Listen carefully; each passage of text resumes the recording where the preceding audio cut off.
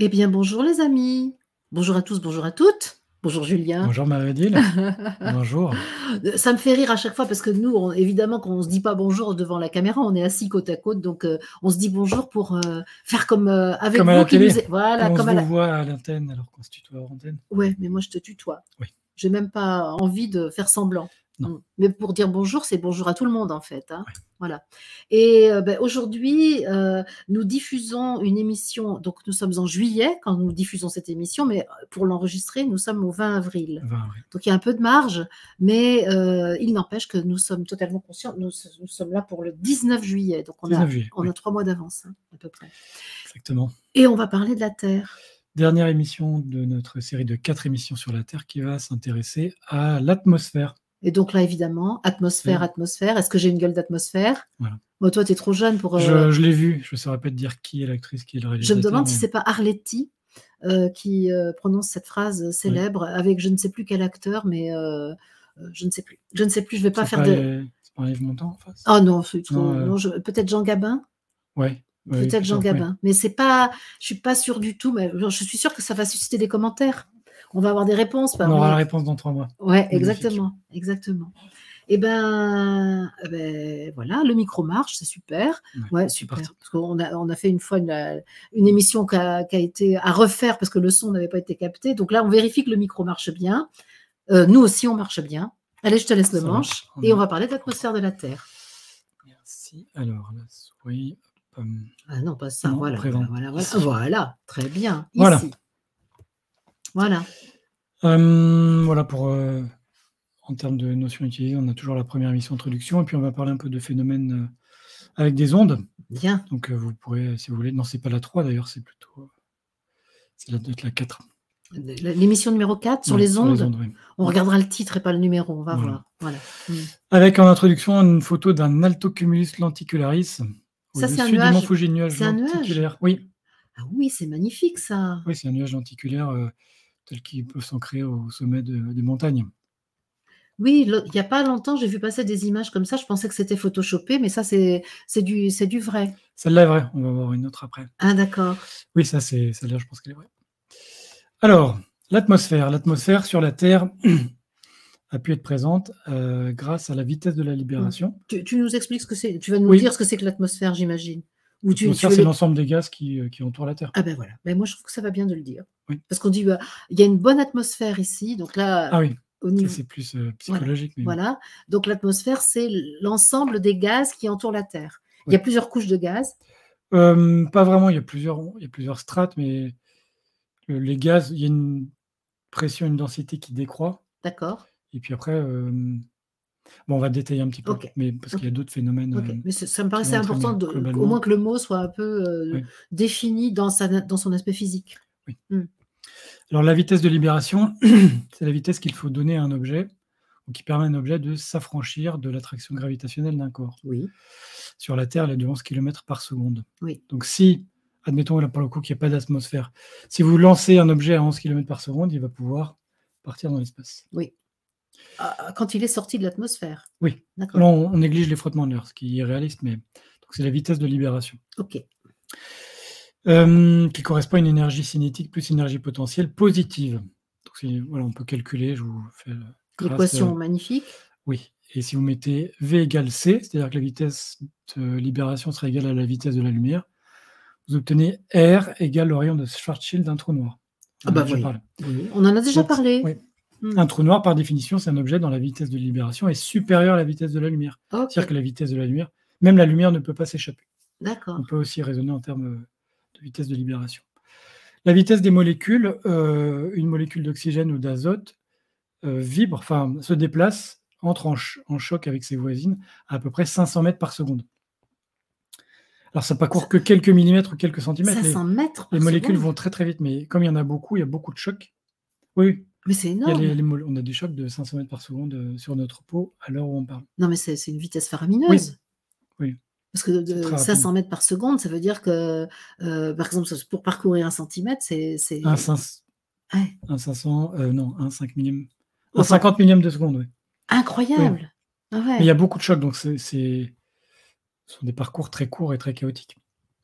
Et pour l'hydrogène, par exemple, l'hydrogène, c'est 2 km par seconde. Et on voit qu'on est bien inférieur à la vitesse de la Terre de 11 km par seconde. Eh ben oui. Dans l'émission sur je crois que la première sur l'histoire de la Terre, on a vu qu'au début, la Terre était très chaude. Et donc, les éléments légers comme l'hydrogène et l'hélium, par exemple, avaient une vitesse qui a pu leur permettre de s'affranchir. Ce qui fait que l'atmosphère terrestre n'est pas constituée d'hélium et d'oxygène. Très peu. D'accord. Ça explique un peu les proportions. Ok. Et par exemple, la vitesse de libération de la Lune est de 2,4 km par seconde. Donc là, on voit que si c'est un peu chauffé, on y arrive assez facilement, en partant de 2 km pour l'hydrogène. Donc, ce qui fait que la Lune n'a pas d'atmosphère. D'accord. La Lune, Donc, il n'y a pas une couche de différents gaz qui entoure la Lune? Non. Directement, directement. C'est du vide. C'est du vide. Oui, la Lune n'a pas d'atmosphère. Ah, d'accord. Mars en a une, la Lune n'en a pas. D'accord. Et c'est lié, alors c'est sur le principe de la vitesse de libération. L'attraction gravitationnelle de la Lune n'est pas suffisante pour maintenir les molécules avec leur agitation thermique. Ok. Et si vous vous rappelez, l'agitation thermique des molécules, c'est, la définition, c'est mesuré par la température. Voilà, c'est ça. Qu'on n'appelle pas chaleur. Microscopiquement, c'est la température. C'est ça. Ouais. L'atmosphère terrestre. Alors, allons-y. Donc, c'est une enveloppe gazeuse oui. qui est composée effectivement un certain nombre de couches. Alors, on a à peu près 78% d'azote, de diazote N2. On a 21% d'oxygène. On a un petit pourcent d'argon, qui est un gaz rare. Ouais. Et puis après, on a 0,04% de CO2. D'accord. Dont on parle beaucoup. Et des traces d'autres gaz. Donc, néon 18 parts par million. Donc, 18 molécules sur 1 million. Oui. Donc, si vous prenez 1 million de molécules d'air. ppm, c'est ce que ça veut dire, part par million. Et ppb, part par billion, donc une part par milliard. C'est 10-6. D'accord. Sur 1 million de molécules d'air, ça n'existe pas molécules d'air, mais si on prend un peu d'air avec 18 millions de molécules, on va en trouver 18 de néon. D'accord. 5 d'hélium, 2 de CH4, le méthane. Donc on parle également aussi pour les méthane, pour les émanations de méthane, oui. Notamment des vaches. Des vaches, du fumier de vache. Oui. Ça me connaît. Et cette atmosphère protège et a permis l'émergence de la vie sur Terre. Ok. Notamment en filtrant le rayonnement solaire dans les UV, les ultraviolets. Qui nous brûlerait s'il n'y avait pas la couche d'ozone, par exemple. La couche d'ozone qui est représentée sur le diagramme à droite, entre à peu près 10 et 50 km.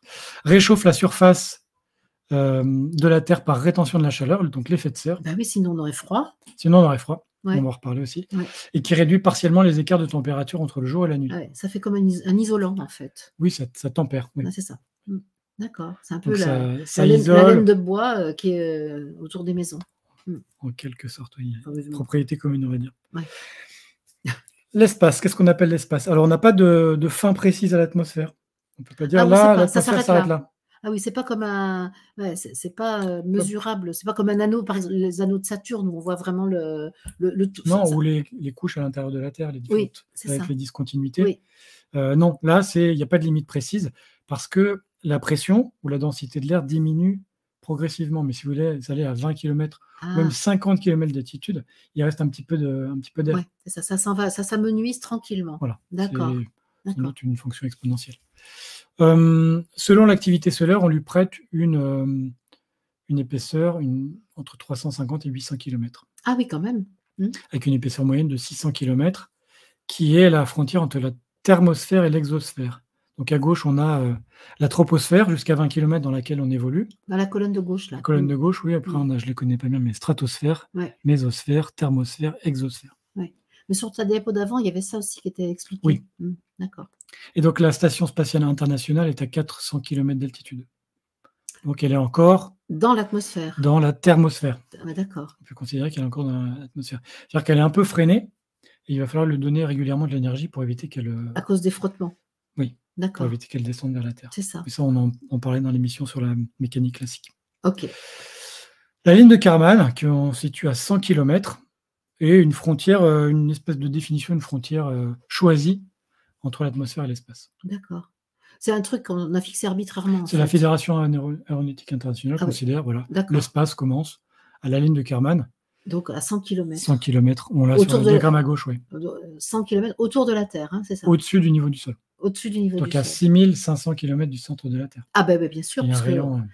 notre point de référence, c'est le centre de la Terre. Oui, alors là, 100 km, c'est par rapport au sol. Ouais, d'accord, c'est ça, par rapport au sol. Et on a à droite un petit peu la pression sur l'axe des abscisses en bas, en horizontal, on a la pression. Oui. L'évolution de la pression en fonction de l'altitude. Ok. Donc la pression de à peu près 1000 millibars, 1 bar à 0 Oui. au niveau de la mer. Oui. Et quand vous montez, au niveau de, c'est quoi l'Everest, il reste à peu près 300 millibars, donc 30% de l'air. Il y a 3 fois moins d'air. D'accord. C'est pour ça qu'on a très difficile de respirer. Le corps n'a plus assez d'oxygène pour fonctionner. C'est pour ça que les alpinistes amènent de l'oxygène avec eux. Oui, c'est ça. Ceux qui montent l'Everest, ils sont... ou ceux qui vont au Pérou, là, au Machu Picchu et tout, là, ils sont... Machu Picchu, non. C'est 2500-3000 mètres. Ah, ça va, ça. Oui. Mais si vous allez à Cusco, qui est à 3500 mètres d'altitude, vous avez le mal des montagnes. Ah ben voilà, c'est ça quand même. Il me semble bien. Mais on ne prend pas de bouteilles d'oxygène. Mais il faut quelques jours pour que... s'acclimater. Et pour que le sang fabrique de nouveaux globules rouges. C'est une technique d'entraînement d'ailleurs des sportifs. Ils vont en altitude, leur corps fait des globules rouges et quand ils redescendent, ils ont ils se dopent en fait. un sang. C'est un dopage, c'est comme s'ils prenaient de l'EPO. Ils préparent leur corps. Non, ils prennent rien. Ils préparent leur corps à mieux transporter l'oxygène, donc à améliorer leur performance. Donc ils vont s'entraîner à 3-5 mm. C'est ça, d'accord. Et on voit qu'à 10 km, il reste à peu près 10% de l'atmosphère. Oui. C'est-à-dire que la pression est 10 fois moindre par rapport au sol. Et à 20 km d'altitude, il reste 5 à 10 millibars. Donc 10 millibars, c'est 1% de ce qui reste. On a vu dans une émission précédente que quand il reste que 10 millibars, l'eau bout à 37 degrés. Ah oui, c'est ça ce que tu nous racontais. Ah bah oui. Donc si vous montez en haut du Mont Blanc, si vous voulez faire cuire des pâtes, votre eau va bouillir à 70 degrés. Et les pâtes ne seront pas cuites. Elles vont mettre plus longtemps à cuire. Al dente, hein. Mettre plus longtemps à cuire. Et l'inverse, c'est la cocotte minute. Mais si vous montez à 20 km sans combinaison, alors la pression est si faible que votre eau va se mettre à bouillir à la température de votre corps. Ah oui, à 37 degrés. C'est fou ça. Oui. Là, tu peux avoir chaud. Ah bah non, là, ton corps va... Je ne sais pas ce que ça fait, ça va exploser. Comme une immense fièvre. Ça va exploser. Ouais, non. L'eau dans ton corps va faire des bulles. Ah bah oui, va bouillir dans tes veines, dans ton corps. Ah oui. Donc non. Il ne faut pas. Non, c'est pas juste que tu vas avoir chaud, c'est une ébullition froide. Oui, c'est ça, d'accord. On a tendance à associer, c'est une ébullition froide. Donc, imagine quand on dit une petite bulle d'air dans le sang, quand on fait des piqûres, on évite. Mais là, tout ton sang va se mettre à bouillir. Sans chaleur, sans monter en température. Oui, c'est ça. Ouais, ça, c'est dingue. Hein. Donc, on évite. Donc, au-delà de 10 000 mètres, il faut des combinaisons pour respirer. Au-delà de 20 000 mètres, c'est une question d'ébullition. Oui, ok. Les aurores polaires. C'est la même chose que boréal? Oui. D'accord. Boréal, c'est au nord et austral, c'est au sud. D'accord. C'est ça, donc le terme générique, c'est aurore polaire. D'accord. On reparle de la magnétosphère dont on a parlé dans la deuxième émission sur la Terre, où on regardait la structure. La magnétosphère, ce sont les zones où les phénomènes physiques sont liés au champ magnétique, sont dominés par l'influence du champ magnétique.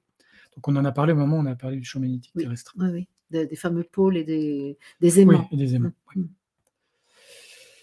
L'ionosphère, c'est la zone autour de la Terre qui est caractérisée par une ionisation partielle des gaz. Ionisation partielle des gaz, qui nous donne les résonances de Schumann. Oui, on en a parlé aussi. Donc là, on est entre 60 et 1000 km. Ouais, on avait fait bien la différence entre le réseau de Hartmann et la résonance de Schumann. Oui. Ouais. Et pour aller plus loin sur le réseau de Hartmann, je ne vois pas comment la forme qu'a le noyau externe solide avec les mouvements de convection dynamique pourrait créer un treillis de 2 mètres par 2 mètres ou de 8 mètres par 8 mètres pour le réseau. C'était quoi l'autre? C'est réseau Curie. Oui, je ne vois pas comment cette symétrie sphérique de la Terre, en tout cas cylindrique, créerait quelque chose qui serait carré. Il y a un problème de symétrie en termes de physique. Okay. Alors, dans ces deux zones magnétosphère-ionosphère, on a une interaction entre les vents solaires et la haute atmosphère. Après, on dit, est-ce que c'est vraiment encore l'atmosphère? L'ionosphère, oui. La magnétosphère, c'est pas vraiment sûr. Mais... Vent solaire, c'est ce qui émane du soleil. Des jets de particules qui viennent du soleil. Qui viennent du soleil, ce qu'on appelle les éruptions solaires aussi, c'est la même chose. Éjectent des jets de particules. C'est pas des photons, c'est d'autres particules. Il y a des photons, mais il y a d'autres particules, des particules chargées, d'où le nom de... Électriquement. Oui, chargées électriquement. Oui. D'où le dans les vents solaires. Non, d'où l'influence qu'elles vont avoir sur en rencontrant l'atmosphère. Oui. Elles n'ont pas de nom particulier. Mais... D'accord. Donc une éruption solaire éjecte des particules chargées qui va déclencher un orage magnétique sur Terre. Orage magnétique, c'est une brusque modification de la magnétosphère. Donc de la charge magnétique qui entoure la Terre. Non, des lignes de champ magnétique autour Des de la Terre. lignes, d'accord. La charge magnétique, il n'y a pas de charge magnétique. Il y a des charges électriques. Oui. Et des mouvements de charge génèrent des champs. Oui, c'est une distinction. Et en tout cas, ça fait des lignes de champ magnétique qui entourent la Terre. Ouais. Et ces lignes de champ magnétique vont être bousculées, modifiées par l'arrivée massive d'un vent solaire qui contient des particules chargées. Voilà, d'accord. Okay, le photon, bon, peut traverser, enfin peut influencer, ne va pas influencer les temps neutres. Mais c'est les autres charges. Et ce sont des particules chargées. D'accord, d'accord. Donc je vous invite à aller voir sur Internet, il y a des simulations qui montrent un peu la modification de la magnétosphère quand un vent solaire arrive sur Terre. Okay. Vous avez une vue d'artiste ici en haut, qui rappelle ce qu'on a vu à l'émission précédente. Oui. Donc les lignes de champ magnétique du côté du Soleil sont compressées vers la Terre, et vous voyez qu'à droite, ça s'étend très loin. Ouais, on avait parlé de la zone de Van Allen. Oui, c'est vrai, la ceinture de Van Allen. Une espèce de queue de... Voilà, la queue du champ magnétique qui va très très loin derrière la Terre, beaucoup plus que devant. Ça, c'est la réaction du champ magnétique au passage d'un vent solaire. D'accord. Les particules chargées de très haute énergie qui arrivent vont être captées et guidées par le champ magnétique terrestre. Donc, il y en a, elles vont être déviées. Il va les absorber. Elles vont être déviées pour, pas les absorber, mais elles vont être déviées pour ce qui va permettre de protéger la Terre. Elles sont déviées par les couches supérieures. Et il y en a qui rentrent un peu plus profondément. Et elles vont exciter, ioniser les atomes de l'ionosphère. Okay. Elles vont interagir avec l'ionosphère et ces particules de l'ionosphère excitées vont réémettre des photons pour se désexciter. C'est quelque chose dont on a déjà parlé. Et ces photons sont ce qu'on appelle les aurores polaires. C'est de la lumière qui est due au passage des particules chargées émises par le Soleil dans la magnétosphère et l'ionosphère. Et la couleur verte qui est particulière? Oui, c'est la nature de la désexcitation. L'excitation des atomes et des ions de l'ionosphère, l'excitation redescend par émission de photons, et il se trouve que ce sont des photons en général vert, jaune, les couleurs qu'on peut constater pour les aurores polaires. Celle-là, photo qui est prise depuis la station internationale. D'accord. ISS. International Special Station. Ah, j'ai deviné. Absolument. Bon, c'est pas très compliqué. Hein. Ces aurores polaires ont lieu principalement dans les régions qui sont proches des pôles magnétiques. Donc plutôt pôle Nord. À l'endroit où les lignes de champ sont les plus rapprochées. Donc plutôt pôle Nord, pôle Sud. Mais si vraiment il y a beaucoup de particules, alors ça peut redescendre plus près de l'équateur. Oui, parce que cette année 2023, là, donc là on est au mois de juillet quand cette émission est diffusée, mais il y a eu à la fin de l'hiver des aurores boréales captées, paraît-il, au Mont-Saint-Michel. Et oui, il semblerait qu'il y ait eu des perceptions de ces aurores polaires. Parler de ça, mais oui, j'ai vu des images, oui, effectivement. Et donc, plus le vent solaire est puissant, plus les particules vont pouvoir descendre, vont perturber la magnétosphère et sans doute s'approcher de l'équateur. Oui, c'est ce qui faisait d'ailleurs savoir qu'il y a eu des tempêtes solaires ou des vents solaires importants. Ce qu'il fait savoir au grand public. Les scientifiques monitorent le Soleil, regardent le Soleil en permanence. Oui. Et on voit tout de suite, en lumière, tout de suite, 8 minutes après, et les particules mettent quelques jours à venir. Mettre plus longtemps parce que les particules vont moins vite que la lumière. Ah bah oui, elles sont donc on voit l'éruption solaire et puis les particules arrivent après. Un petit peu après. Et est-ce que c'est prévisible les orages solaires? Est-ce qu'il y a une météo du à partir du moment où tu vois une éruption solaire, tu sais que tu as quelques jours, mais à plus long terme, je ne sais pas. Je pense pas. On ne sait pas prévoir. Je ne connais pas bien le... Bon, je pense que ce n'est pas la peine que je te questionne sur le sens des éruptions solaires, le sens de la signification spirituelle. Non. Spirituelle, non. En fait, ce sont comme une agitation thermique très très intense dans le Soleil. Il y a beaucoup d'énergie. Il y a une fusion nucléaire dans son cœur qui se fait à plusieurs millions de degrés. Donc ça bouillonne et parfois il y a des bulles qui se forment. Comme dans ma casserole quand je mets... J'allais prendre l'image, mais... Oui. Comparaison à ses limites, mais oui, quelque chose comme ça. Ah oui, ma casserole a débordé tout à l'heure. C'est toi qui as diminué le gaz. Ou la bulle qui fait gicler du liquide. Et on en a sur d'autres planètes comme Jupiter ou... des aurores polaires? Oui. Non, oui, c'est ça. Ou Saturne. D'accord. À partir du moment où il faut un champ magnétique, eh bien, on peut en avoir sur d'autres planètes. Okay. On n'en a pas sur la Lune. Ben non, elle n'a pas d'atmosphère. On a bien compris. Pas d'atmosphère et pas de champ magnétique. Voilà. Les étoiles filantes. Ah, mais ça, les météorites? Oui. Ah, météoride, tu dis toi? Oui. Une étoile filante, c'est la lumière qui est émise par un météorite, c'est un terme générique qui comprend les D'accord. météorites et lorsqu'il entre dans l'atmosphère. OK. Météorite, c'est entre une astéroïde, assez Ah, gros, d'accord. et une poussière, parce qu'il y a beaucoup de poussière. Astéroïde, c'est un astre qui C'est une question de taille, en oui, fait. c'est ça, Oui. d'accord, d'accord. Donc météorite, je pense que le terme scientifique, c'est météorite, et avec une vitesse qui peut atteindre 42 km/s. OK. Donc ça va très, très C'est vite. vachement vite ça, oui. Ouais, ouais, ouais. Et alors, je vais rebondir aussi sur la température. Imaginons, une pierre qui arrive à 42 km/s. Si on se place dans son référentiel, si on regarde le référentiel dans lequel elle est immobile, on voit l'air autour d'elle se déplacer à 42 km/s. Ah oui, Et comme la température est une mesure de l'énergie cinétique, on peut aussi avoir cette interprétation en termes de température, qu'il est dans une température très élevée. d'accord. Ou alors on peut avoir une autre interprétation qui est de dire, quand il passe, il y a un frottement sur l'air. Ouais, oui. Mais aussi on peut interpréter l'énergie cinétique égale de la température ou Mmh. du frottement. Et donc ces météorites sont vaporisées par la chaleur. Oui, Ça fond et puis ça se transforme en vapeur. Et il y a aussi une ionisation locale de l'air sur le passage qui forme un plasma. d'accord. Le plasma qui émet de la lumière. OK. Voilà les deux. C'est ce qui fait que quand on voit quelque chose, une étoile filante, on voit de la lumière en fait. Oui. Voilà. En général, une étoile filante, je ne connaîtrais pas la taille exactement, mais ce sont des petits cailloux. C'est pas un C'est ça. caillou qui fait plusieurs mètres ou dizaines de mètres. Ouais. Donc c'est des choses qui sont grosses comme le poing ou Ah oui.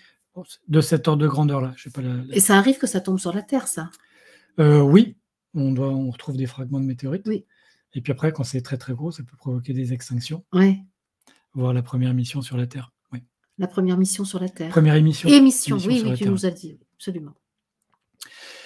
Exemple, d'une photo prise en 98 avec un temps d'exposition de 4 heures. Comme ça, ils ont eu le temps D'accord. d'en prendre beaucoup. On Parce que ouvre c'est par l'objectif de l'appareil photo c'est pendant par 4 vague, heures. oui, Ouais. c'est par vague. Donc chaque année, à la même période, la Terre croise des nuages de poussière laissés par les comètes. On dit au mois d'août, en principe, non? Alors il y en a en août, mais il y en a aussi d'autres. Oui, dans le désert, on en a vu plusieurs fois. Enfin, Ouais. là, Alors il y en a un petit peu tout le temps, mais effectivement, il y a des périodes qu'on appelle les Orionides, les Perséides, les Léonides. Oui, Ce sont des essaims. On traverse des essaims météoriques. d'accord. La Terre en traverse 112 par an. Ah ouais. Et donc, il me semble effectivement qu'ils sont un peu plus concentrés pour l'été. On dit qu'au mois d'août, c'est favorable à avoir des l'hémisphère étoiles nord, filantes. oui. Ouais.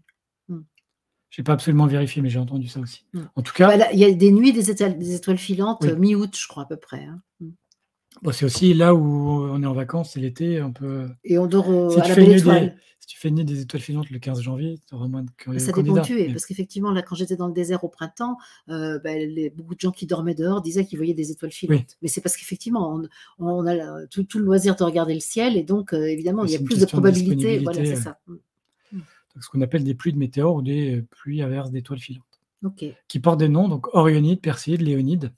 Donc là, c'est la nuit des Léonides, en 98. Ouais. C'est le moment où la Terre traverse un essaim météorique qui porte le nom de Léonide. Ah oui, c'est pas la constellation du Lion. Non. Non, c'est ça, parce que je me disais, c'est peut-être le lié au Lion. Orion, c'est une constellation, donc c'est autre chose. Non, les constellations sont des dizaines, centaines, milliers d'années-lumière. Ah ben oui, Les très loin, étoiles. très loin. Ouais. D'accord. Et si vous allez sur Wikipédia, je vous ai mis la référence, vous avez la liste de tous les essaims météoriques. Ok. Si vous voulez absolument connaître les 112, vous pouvez Ok. aller voir ça. La transparence de l'atmosphère. L'atmosphère, on voit les étoiles, donc elle est transparente Oui.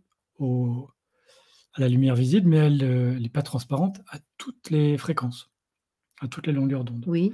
Donc à gauche, on a les longueurs d'onde les plus grandes, les fréquences les plus faibles, Oui. donc les ondes radio, tout à Oui. gauche, et à droite, on a les rayons gamma, les plus énergétiques. D'accord. Et quand on va de gauche à droite, on augmente l'énergie, on augmente. Là, ton La schéma, il fréquence. est super pour comprendre ce que sont les longueurs Oui. d'onde et les fréquences. Oui. Moi, j'aime beaucoup là. Là, ça permet de Ok. rappeler les Alors, fondamentaux. il vient de la NASA, mais oui. D'accord.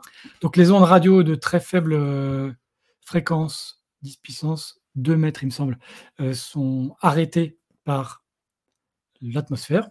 On a une fenêtre avec le radio FM, les micro-ondes, ça s'arrête au micro-ondes avec les téléphones, qui l'atmosphère est transparente, Oui. donc les ondes traversent Traverse. facilement. Ouais. Donc ce qui permet ce qu'on appelle la radioastronomie. Ouais, On étudie les ondes radio émises par l'espace, d'accord. par les corps stellaires. Mmh. Donc on peut les regarder. Après, on a les micro-ondes. On repasse dans un domaine où c'est Moins bloqué par transparent? l'atmosphère. Oui, c'est Ouais, absorbé par l'atmosphère. ouais, ouais. Et après, on a la fenêtre du spectre visible. Donc là, Optical window? oui, c'est ça, Ouais. la visible light, la lumière visible traverse l'atmosphère. Donc on Waouh! peut voir la lumière qui arrive du D'accord, soleil. C'est quand c'est même plus ça. pratique. C'est ça, oui, c'est mieux pour y voir clair. Et après, on voit que l'atmosphère est imperméable, n'est pas transparente aux ultraviolets, aux rayons X, aux rayons gamma qui arrivent de Donc, la lumière. l'atmosphère arrête Arrête, la oui, transmission de ces ondes-là? oui. OK, d'accord. Bon, il y en a forcément qui passent, c'est jamais 100 mais oui, globalement C'est pas totalement les UV, étanche? sont arrêtés D'accord, en partie par d'accord. l'atmosphère. OK. Et nous, on est dans notre œil voit les longueurs d'onde qui sont dans la fenêtre, de transparence. Voilà, On a 2 avec grandes fenêtres de l'arc-en-ciel. transparence, l'arc-en-ciel et puis les ondes radio. Oui, OK, OK, Effectivement, ce diagramme résume un petit peu, la fenêtre radio et la fenêtre optique. OK. Alors, la couleur du ciel. Ah, tu nous as déjà parlé de la couleur de la mer, lors de Oui, l'émission précédente. Ça y est, maintenant, on va voir la on va couleur du voir la couleur ciel. du ciel. Mmh. J'ai séparé les 2. La couleur du ciel va résulter de l'interaction entre la lumière du soleil et les molécules et les particules en suspension dans l'atmosphère terrestre. D'accord. On a un phénomène qu'on appelle la diffusion de Rayleigh. C'est le schéma que vous avez en haut à droite. En gros, une onde électromagnétique va être absorbée par un atome, Oui, va notamment avoir une influence sur la distance entre le noyau et les électrons, oui, et va être réémise de façon diffuse, c'est-à-dire dans toutes les directions. oui, Donc il y a un photon incident qui arrive, par exemple, du soleil, oui, qui est absorbé en quelque sorte par l'atome et oui, réémis un peu dans toutes les directions, ouais. Multidirectionnel. multidirectionnel. OK. Et cette diffusion, elle est proportionnelle à 1 sur lambda 4. Alors, en français, c'est-à-dire que ça favorise les courtes longueurs d'onde. Si vous D'accord. faites le calcul, vous trouvez que c'est proportionnel à 1 sur lambda 4, donc ça favorise les courtes longueurs d'onde. Donc plutôt le côté violet et bleu que le rouge. Oui, d'accord. Donc on pourrait se dire, donc, courte longueur d'onde, le ciel devrait être violet. Ah ben oui. Oui, oui. C'est Sauf évident. que il y a deux Il y a une facteurs, pondération, ouais. 2 pondérations. C'est que la lumière du soleil contient peu de violet, de lumière violette, Ouais. contient plutôt de lumière. On a le spectre du soleil, juste au-dessus. Mmh. Le violet tombe assez vite et Ah oui, l'œil d'accord. humain est moins sensible au violet. On s'est débrouillé pour avoir moins de possibilités de capter le violet. On voit ouais, Moi, je dis qu'on s'est débrouillé. ouais, j'ai Toi, tu bien dis, noté, Darwin dirait pas ça du tout, j'ai mais bien noté et donc c'est l'effet Purkinje et donc le ciel nous apparaît donc bleu. d'accord.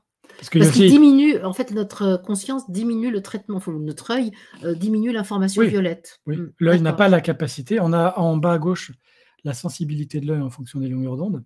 Ah C'est un ouais, chouette diagramme.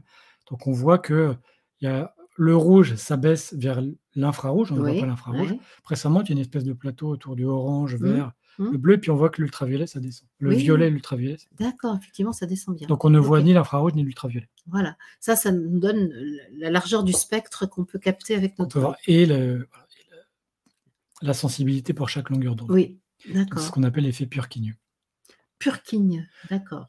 Donc le bleu du ciel est une conjonction entre la diffusion Rayleigh Mmh. et la sensibilité de l'œil. OK, bah, voilà. Mais là, le ciel, pour le coup, est vraiment bleu. Là où on disait que l'eau de mer est un Oui, peu bleue par réflexion, oui et par mais elle est absorption du bleue parce qu'elle rouge. absorbe le rouge. Mmh, Voilà. c'est ça. Là, elle est bleue parce que ça réémet du bleu. D'accord, d'accord. Alors, le coucher de soleil. Oh, c'est beau ça. Oui. C'est beau. Tu nous as mis une jolie photo. Oui, qu'on a prise d'un avion. Celle-là, on l'a prise d'un avion. J'avais jamais vu un ciel rouge comme ça. Donc, le coucher de soleil, voilà, on sait tous que quand le soleil se couche, on va vers les jaunes, orangés, rouges. Mmh. Pourquoi? Alors Parce pourquoi? que lorsque le soleil est au-dessus de notre tête, il traverse une faible couche d'atmosphère. Oui, Il est assez direct, oui, c'est un notamment peu quand c'est au zénith, perpendiculaire, quand oui. c'est perpendiculaire. Mmh. Quand il se couche, il va aller se coucher au-delà de l'horizon de la Terre, donc il va traverser une couche d'atmosphère beaucoup plus importante. Ouais. C'est pareil pour le lever. Oui, Oui, parce que ce oui, matin, j'ai vu un très beau lever de on a des soleil. couleurs assez similaires. Oui, c'est ça. Après bon, Plus le rose le coucher se matin. passe après Ouais, toute une journée où le soleil est chauffé et ouais, il c'est peut y avoir ça. Mmh. des phénomènes différents, mais oui, il y a une certaine symétrie.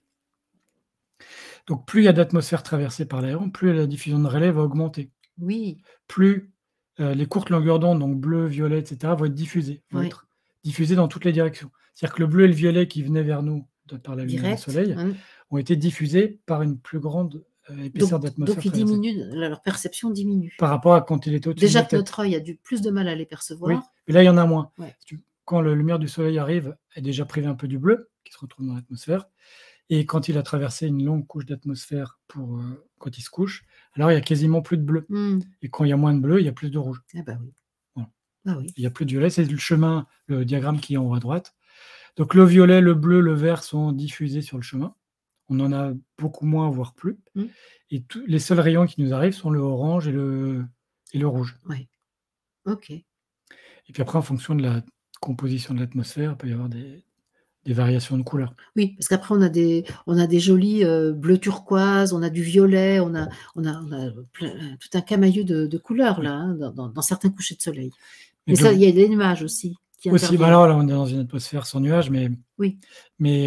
voilà, c'est à peu près le même phénomène qui explique le bleu du ciel, la Mmh. diffusion relais, et le fait que le coucher de soleil soit rouge. D'accord. C'est-à-dire que le bleu n'arrive pas vraiment jusqu'à nous parce OK. que OK. pendant toute la traversée de cette grande couche d'atmosphère, quand le soleil baisse sur l'horizon, alors le bleu et le violet et éventuellement le vert ont OK. été diffusés. Mmh. Donc ciel bleu, mais coucher de soleil rouge, orange. Voilà. Je voudrais changer les couleurs du ciel. Tu connais cette chanson? Non. Non, mais voilà, c'était une chanson qui existait. Je sais plus qui c'est qui l'a chantée, mais je voudrais changer les couleurs du ciel. Puis après, je sais Connais plus. pas, Ouais, bon. je connais toujours que les premiers vers des chansons. Et le coucher de soleil sur Mars? Ah bah oui, tiens. Bah ça, Voilà on une aime bien question le intéressante. regarder. Bah oui. Tu as déjà vu le coucher du soleil sur Mars? Oui, en photo. Ah! C'est ça, tu as un Sur bon appareil Mars, photo. le soleil est plus petit Ah bah oui, il est parce plus qu'on est loin. plus loin. Oui. En Voilà. fait, il est pas c'est ça c'est une phrase de Le soleil physicien. le soleil est plus petit dans le ciel. Oui, On le perçoit plus, oui. voilà, c'est ça. La couleur du ciel, c'est saumon rouge. Sur Mars. Quand Oui, on est sur Mars, oui, on voit le soleil de cette couleur-là. le ciel est rose. Ah oui, Le ciel est rose, tout le temps, parce qu'il y a des poussières en suspension et des vents de poussière fines là, donc ce ne sont pas les atomes comme sur Terre, c'est des petites poussières qui absorbent le bleu, et là qui l'absorbent, qui ne le diffusent pas, mais qui l'absorbent, et donc si on enlève le bleu, on va plus vers le rouge. bien sûr. Ça, j'ai compris maintenant. Quand on mange le rouge, on voit du bleu. Quand on mange le bleu, on voit le rouge. Voilà. Ça, j'ai C'est compris. l'inverse de la couleur de la mer. Complémentaire, ouais, ouais. L'inverse, ce qui se passe sur Mars, c'est l'inverse de la Terre. Ah oui, c'est ça. L'eau absorbe le rouge, donc on voit plus bleu. Sur Mars, les particules en suspension absorbent le bleu, donc on voit plus Mmh. saumon rouge. Et donc un coucher de soleil sur Mars.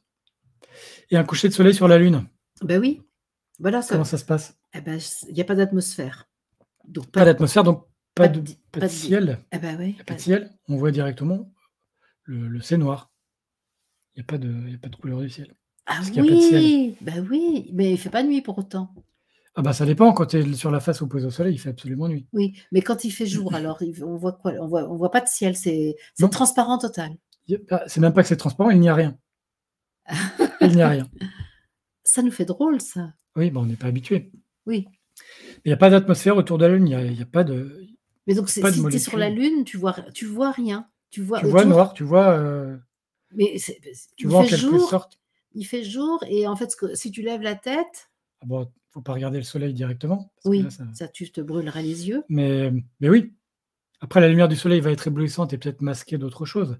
Mais oui, donc qu'il fasse jour ou nuit, le ciel est noir. D'accord. Ah ouais, ça fait Parce bizarre, qu'il hein? y a pas vraiment de ciel, ouais. Il y a pas Ah ouais. d'atmosphère, le ciel OK, est noir. OK, OK.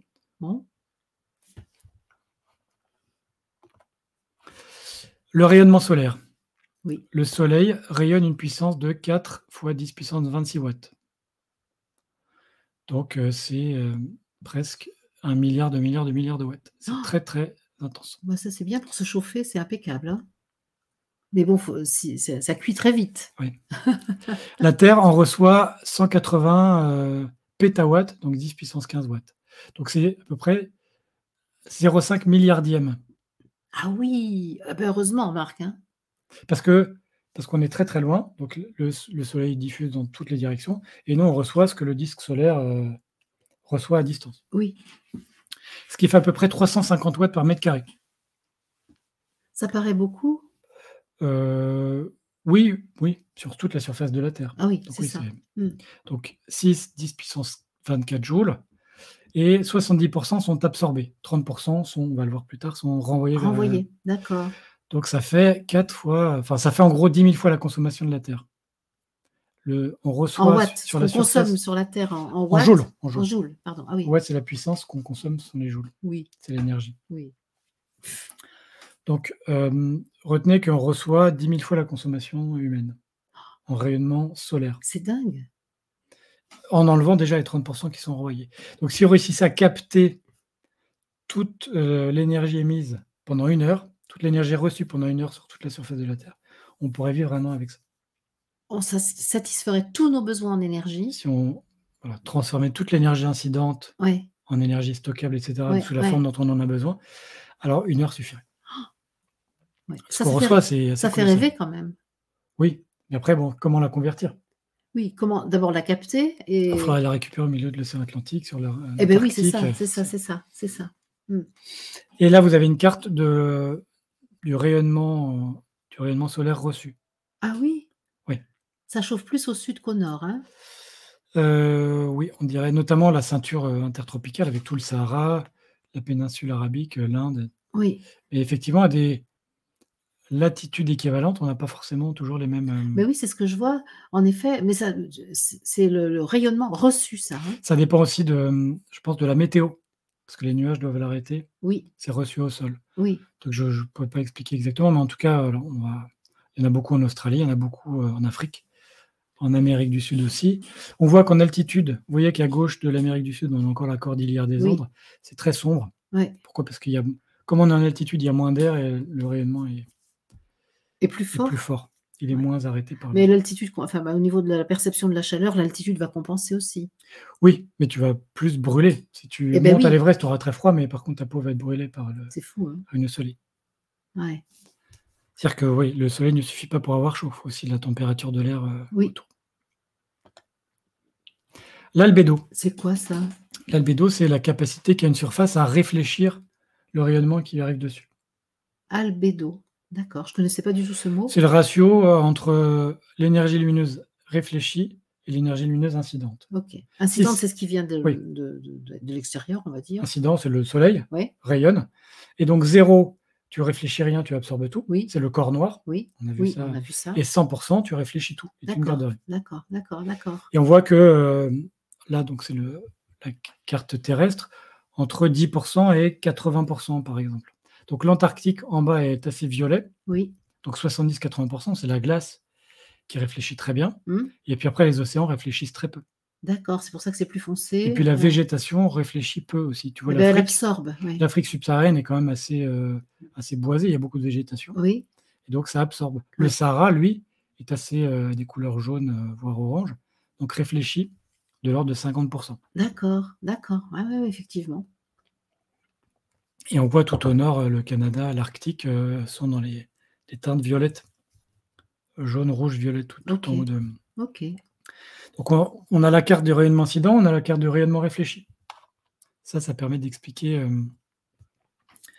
aussi, on peut voir les climats. OK. On va en reparler un petit peu. Alors le bilan radiatif de la Terre. Donc de rayonnement. Oui, Radiatif, c'est ce qui radiatif, c'est rayonnement, rayonne. Mmh. oui.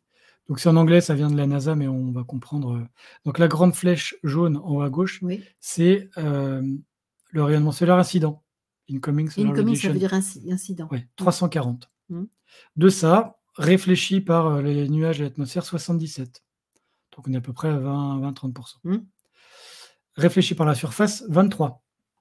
Donc 23 plus 70, ça fait 100. Oui, 100 divisé par 300, ça fait à peu près un tiers. ouais, Ce sont les 30% qui ça, c'est réfléchi. ouais. Le soleil, instantanément, sans réfléchir, C'est joli. instantanément, sont renvoyés vers Ouais, c'est l'espace, ça, 30%. c'est ça. Directement, sans intervention autre. Voilà. Oui. Mmh. OK. Absorbé par la surface, on a donc total, oui, on a le total. Absorbé par l'atmosphère, 77, absorbé par la surface, 160. Bon, on va pas voir tous les chiffres, mais une partie du rayonnement est réfléchie, une partie Ouais. est absorbée par OK, l'atmosphère, on a bien une compris. partie est absorbée par le sol. C'est ça. Et cette énergie absorbée par le sol va notamment chauffer et va être réémise par la surface. Ouais. Il restitue, en fait. Oui. La surface de la Terre restitue l'énergie reçue. Oui, et puis aussi l'énergie qui vient du sous-sol. Si Oui. vous vous rappelez, la Terre se refroidit Oui. et la chaleur du centre de la Terre part vers les... Donc on a émis par la surface à peu près 400. Sur ces 400, il y en a une bonne partie qui va sortir, à quoi va s'ajouter une réémission de l'atmosphère qui va sortir, et une partie qui va rester, qui va revenir. Qui va revenir vers la matière Terre. Vers la Terre. Et ça, c'est ce qu'on appelle l'effet de serre. Ah, c'est ça. L'effet de serre, c'est le retour de l'énergie qui a été émise par la surface. D'accord. C'est-à-dire qu'il y a un signal qui s'envoie là et hop, il est retour à la maison. Oui. Donc, si je résume, le Soleil envoie du rayonnement qui est en partie réfléchi, en partie absorbé par l'atmosphère, en partie par la Terre. La Terre rayonne de rayonnement, plutôt dans l'infrarouge. Le Soleil, il est à 6000 degrés, la Terre, elle est à 20 degrés. Donc, on ne rayonne pas dans les mêmes longueurs d'onde. Donc, la Terre renvoie du rayonnement infrarouge qui va être capté par l'atmosphère ou renvoyé vers la Terre. C'est ça l'effet de serre. Bon, je passe un peu, vous pourrez regarder un peu les détails. Ceux qui sont intéressés pour aller explorer les choses davantage peuvent le faire. Toujours. Notamment, tu mets toujours les références de tes images et de tes sources, et donc la personne note ce qui l'intéresse et puis elle va voir. Super. C'est ça. Et puis, je rappelle que les documents que tu présentes sont tous téléchargeables en allant sur mon site internet Unité Je suis. Ces documents-là, tu les mets à la disposition et donc on peut vraiment prendre le temps d'aller regarder ça tranquillement et pas subir le rythme de nos échanges. Oui. Effet de serre suite. Si je résume. Voilà. Donc, rayonnement solaire incident, 30% sont réfléchis, 20% absorbés par l'atmosphère et 50% par la surface. La surface chauffe et va émettre un rayonnement infrarouge. Hier, c'est infrarouge, d'accord. Qui est absorbé par les gaz à effet de serre. Oui. C'est ce qu'on voit à droite. Vous avez deux courbes, une courbe en rouge, une courbe en bleu. En rouge, c'est le rayonnement du Soleil, qui ressemble au rayonnement du corps noir, qu'on a vu sur l'émission sur la chaleur et l'énergie. Oui. Et à droite, vous avez l'émission de la surface de la Terre, qui est en bleu, qui est dans l'infrarouge. Donc on n'est pas du tout sur la même longueur d'onde. C'est-à-dire que la Terre, si vous êtes dans l'espace, s'il n'y avait pas le Soleil, la Terre, vous la verriez qu'en infrarouge. C'est ça. Sauf les lumières éventuellement des humains, mais on ne voit la Terre que par réflexion. La Terre réfléchit les lumières du Soleil, c'est comme ça qu'on la voit. S'il n'y avait pas de Soleil... Oui, mais comme les autres planètes du système solaire, si on regarde Vénus dans le ciel le soir, c'est parce qu'on voit le reflet du Soleil. C'est ça. Mais on pourrait voir la Terre en infrarouge, parce que la Terre émet des ondes infrarouges. Oui, c'est ça. Comme les êtres humains, tu nous as expliqué ça déjà, on est tous émetteurs de lumière infrarouge. Parce qu'on a des gammes de température. Nous, c'est 37. Quand il fait froid, c'est moins 50. Quand il fait chaud, c'est plus 50. Donc, on est dans le même ordre de grandeur. Le Soleil, c'est 6000. C'est peut-être déjà plus pareil. Et ça, tu parles pas, toi, tu parles pas des auras ou de choses comme ça. Tu parles vraiment de la lumière... Rayonnement électromagnétique qu'on peut capter... Physique. Avec des... Il n'y a pas besoin d'un effet Kirlian pour le voir. Non, pas du tout. Je vois que ça t'amuse tout de suite. Il suffit d'un amplificateur à rayon infrarouge. Une lunette de vision nocturne. Voilà. S'il n'y avait pas le Soleil... et que vous étiez loin dans l'univers, vous pourriez voir la Terre avec une lunette infrarouge. Ok. Alors, quels sont les gaz à effet de serre? On a la vapeur d'eau, qui est le premier gaz à effet de serre. Ah ouais, 60%. On ne pourrait pas croire que c'est polluant. C'est pas polluant, mais c'est... Et c'est pas la proportion, là, c'est la contribution à l'effet de serre. Ah oui, d'accord. Donc, 60% de l'effet de serre sont dus à la vapeur d'eau. Oui, ok. 26% au dioxyde de carbone, 8% à l'ozone, le méthane et le protoxyde d'azote pour 6%. D'accord. Et ça fait effectivement 100%. Et vous avez à droite ces différentes vapeurs d'eau, CO2, ozone, etc., avec les différentes contributions, notamment dans certains domaines de longueur d'onde. D'accord. Et vous voyez que les absorptions vapeur d'eau, CO2, sont au-dessus, enfin, sont sur la même verticale que l'émission de la Terre. Ok. Donc, ça va absorber le rayonnement infrarouge émis par la Terre. Oui. Et donc, ça va le garder. C'est ça l'effet de serre. On garde des rayonnements qui, autrement, seraient réémis vers l'univers. D'accord. Et justement, s'il n'y avait pas d'effet de serre, si on ne gardait pas cette chaleur, la température de la Terre tomberait à moins 18 degrés. Bon, ben moi, sauf que si elle tombait à moins 18 degrés, toute la surface de la Terre gèlerait. Ben oui. Et donc, ça augmenterait la réémission, l'albédo. Ah ben, et donc, la Terre tomberait à moins 50 degrés. Ah, donc, il y aurait un premier équilibre à moins 18. Fiers. Si on ne prend pas la solidification là, on aura un premier équilibre juste thermique, entrée-sortie à moins 18. Et après moins 18, 70% de la Terre serait gelée. et donc réémettrait vraiment une grande partie des rayons solaires, ce qui ferait encore baisser la température. Eh bien, heureusement qu'on a un effet de serre. L'effet de serre a permis l'émergence de la vie, c'est Bon, absolument ça, je certain. te laisse la responsabilité de cette phrase. Ah non, mais non, l'atmosphère, tout ce qu'elle nous Était protège. nécessaire à la forme de vie telle que nous la Absolument. connaissons. Parce que s'il n'y avait pas d'effet de serre, on serait à moins 18 degrés. Ouais. Donc, il n'y aurait pas de forme de vie, Ouais. pas telle qu'on la Oui, connaît à moins 18. voilà, c'est ça. On va dire que l'effet de serre permet la forme de vie telle que nous la connaissons. Permet l'eau liquide. Si la Terre était à moins 18 partout, il n'y aurait pas d'eau liquide. Non. Et là, de l'eau sans eau liquide, ça devient plus difficile. Eh ben, en tout cas, par rapport aux formes de vie que nous connaissons, effectivement, c'est pas possible. Non. Juste pas possible. On est d'accord. Voilà ce qu'on appelle l'effet de serre. Ok, super. Diagramme assez parlant, c'est la trentaine de climats répertoriés sur la Terre. Ouais. Donc c'est la carte de Köppen-Geiger avec une classification des climats. Ça a à voir avec le compteur Geiger? Je ne pense pas, non. Non. C'est pas... C'est possible, mais je ne pense pas. Non, c'est ok. pas la même discipline, météorologie et radioactivité. structure de la matière, radioactivité, c'est quand même pas les mêmes. Okay. Mais c'est pas impossible. Donc on a une trentaine de climats qui sont classés sur les précipitations et les températures. Et je vois qu'on est repassé en blanc sur la... Ah oui, nous, le soleil nous surexpose. Pourtant. Mais nous, tu sais, on joue avec le soleil. La conscience solaire s'occupe de nous. Nous rayonnons dans le spectre visible. Ouais. Donc on voit une énorme diversité de climats. Donc on ne peut pas dire ça se réchauffe, c'est-à-dire que ça se réchauffe là, ça se refroidit. Enfin, ouais. Les conséquences de cette augmentation du CO2 sont très diverses selon l'endroit où on se place. Des endroits sont plus froids, d'autres endroits sont plus chauds. Oui, c'est-à-dire que là, ce que tu ne veux pas alimenter, c'est toutes les polémiques autour des modifications des climats actuels sur la Terre, qui sont des modifications qui ont toujours existé.